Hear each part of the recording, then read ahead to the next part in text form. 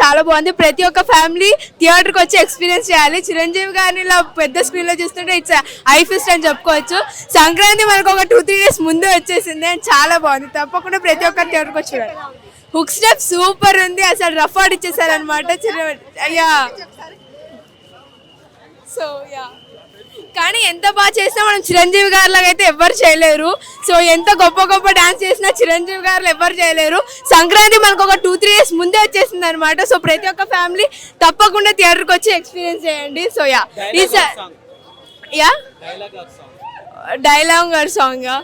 So ఈసారి ఒకే ఒక dialogue, సంక్రాంతికి మనశంకర వరప్రసాద్ గారు రఫ్ ఆడించేశారని చెప్పొచ్చు అంతే.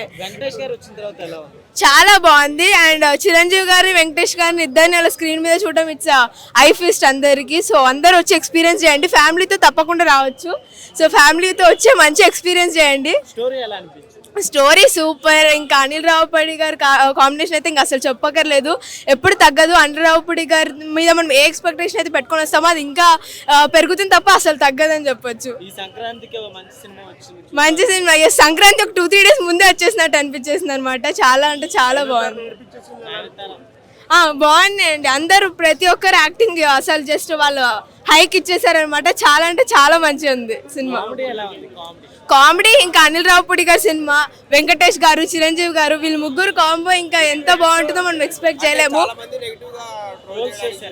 అసలు అలా ఏం లేదు. సినిమా అయితే చాలా బాగుంది. No negativity, only positive.